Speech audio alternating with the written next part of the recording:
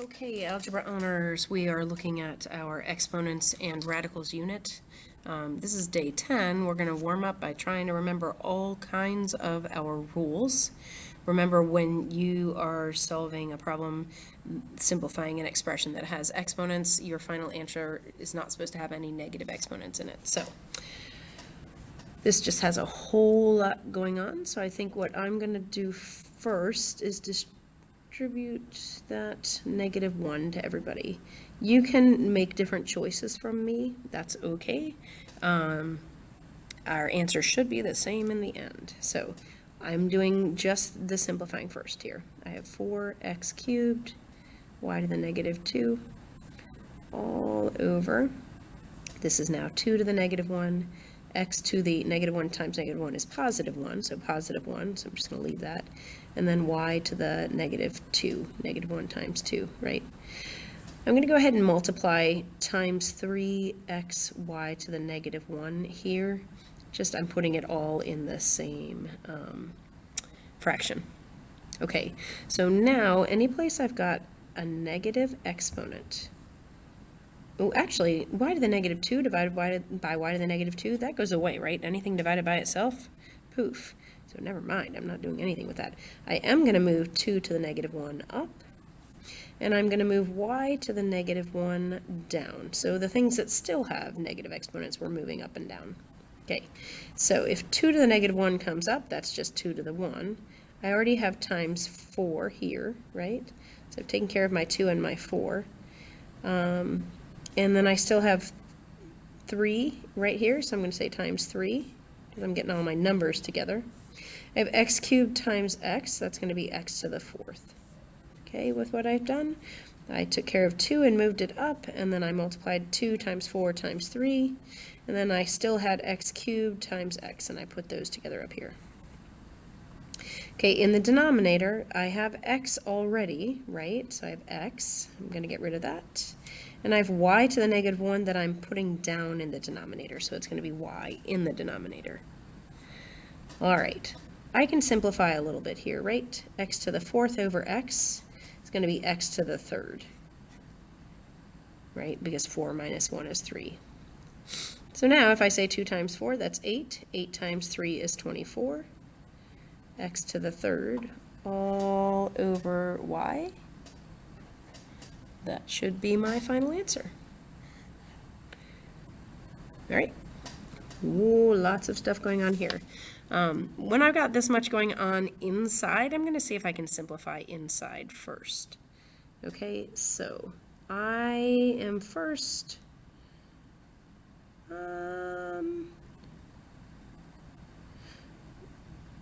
Yeah, I'm going to simplify inside there first, okay?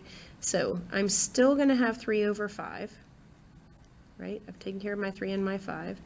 X squared over x is going to be x. Taking care of that. Y to the 5th over z to the 5th. Well, I can't do anything. Y to the 5th is still y to the 5th. It doesn't simplify. Z to the -2 over z to the 5.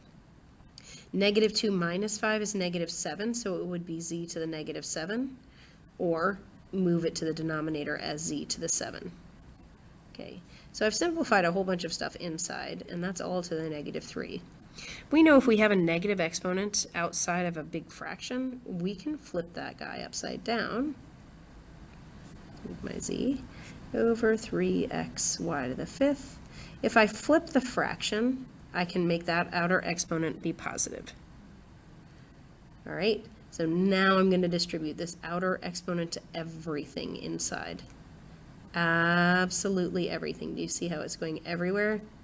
Okay, so I have 5 to the 3rd, z to the 21st, all over 3 to the 3rd, x to the 3rd, y to the 15th. So 5 times 5 is 25, times 5 again is 125, z to the 21st, all over 27, x cubed, y to the 15. And that should do it. Okay, so let's look here at number 2. And I think I'm gonna, oh boy, maybe maybe simplify this first fraction here. So I have 2, my x and x to the 5th, that becomes x over x to the 4th, right? Y to the 3rd over y becomes y squared. So I have 2y squared over 3x to the 4th. Okay, this is all times, well, I'm going to go ahead and do some footwork here. 6 over 8. I know I'm going to simplify those, but for now I'm not doing it. X to the negative 3, I'm going to put it in the denominator, right? So I've taken care of my 6 and my 8 and my x to the negative 3. Now y cubed over y, that's y to the 3 minus 1, so that's y squared. Okay, so now let's see. 3 goes into 3 one time, 3 goes into 6 two times. 2 goes into 2 one time, 2 goes into 8 four times. 2 goes into 2 one time, and 2 goes into 4 two times. So I'm left with y squared times y squared. So I just dealt with my numbers. Over, I have x to the 4th times 2 times x to the 3rd. So I'm going to rearrange the order and say that's 2 times x to the 4th times x to the 3rd. Okay, I can see that I've got y squared there and y squared there. Now I'm going to say that's y to the 4th over 2x to the 7th. Okay. Oh boy. All right. So, this negative 1, let's see. I'm going to write this as negative a to the 4th times c all over b to the 7. Negative a to the 4th times c times all over b to the 7. This is also times negative 2. Oh, nope. You know what? I'm not going to do that. I'm going to move this to the denominator. Because of this negative 1, I'm going to move the whole thing down. Okay? So this is negative 2a squared going down to the denominator because of that negative 1. I do still have b to the 4th times c to the 5th, though. Okay, so let's see. I have negative divided by negative, so those are positives. Okay, I have a to the 4th, done, times b to the 4th, done, times c to the 6th in the numerator, took care of the c's. And in the denominator, I have, I'm going to put my 2 first, just because I like numbers first. A squared, so I've taken care of 2, and a squared, and b to the 7th. Okay, now I'm going to see how I can simplify. I have a to the 4 over a squared, so that's a to the 4 minus 2, so it's a squared. Done, done. I have b to the 4 over b to the 7. I'm going to say 7 minus 4 is 3, but I'm going to keep that in the denominator. B to the 3rd in the denominator, so I took care of my b's. I've got c to the 6th. That's going to stay up in the numerator. And I still have this 2 in the denominator. So that should be my final answer, a squared c to the 6th all over 2b cubed. All right, we just have to kind of go one step at a time, and I really do mark through things as I've used them so that I don't lose track. Okay, I think I'm going to move this whole thing up because of my negative 1, so that's going to go up. Okay, so I have 9x to the 4th, y to the negative 4. I know I'm going to move that eventually, but I'm just going to try to do one step at a time. Times 6x to the negative 2y. So all I did was move that element, that factor, I guess, up. Okay, now I'm going to distribute this outer 2 to everybody. Remember, this outer 2, I have negative 2 in parentheses squared, so it's going to be positive 4. Right? I'm going to have x to the 4 times 2, so I have x to the 8. And then y to the negative 3 times 2 is going to be y to the negative 6. Okay, so maybe I'll keep my base and add my exponents here. Right? First, I'm going to multiply numbers together that I can multiply. 9 times 6 is 54.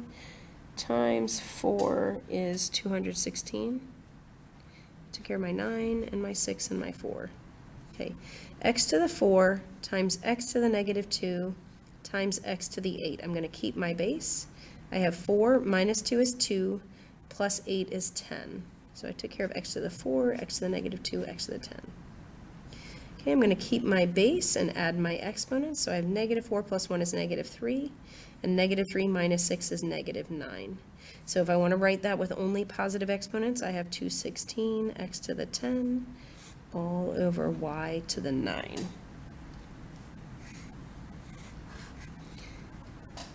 Okay. Oh, I've gone completely crazy order. Forgive me. Oh, and you couldn't even see that. I'm sorry. I had 216 x to the 10, y to the negative 9. And I just wanted to move that to the denominator because I had a negative exponent. So I moved that to the denominator. That's all I did. I have gone all crazy out of order. I don't even know what order I've done, but we're going to move on to number 6 now. So forgive me for all that. This is the same thing as negative 6 times 1, right? Because x to the 0 itself is 1. Negative 6 times 1 is negative 6. This, anything to the power of 1, all of this is going to be 1. So I have 1 times 2x, which equals 2x. And then here, I have to simplify some stuff. X to the 5th over x to the 5th goes away. I have a fraction. This is going to be negative 1 over 2, right? Negative 1 over 2, because 9 goes into 9 one time, and 9 goes into 18 two times, and it was negative. I have y to the 4 over y to the 7. So I can say that that is 7 minus 4, that's y to the 3rd, and I'm going to put my answer wherever the bigger exponent was. Or this is y to the 4 minus 7, so it's y to the negative 3, and y to the negative 3 is going to have to move to the denominator. All right, I hope that made sense, and I hope you could figure out what we were working on even though I went out of order. Thanks for watching.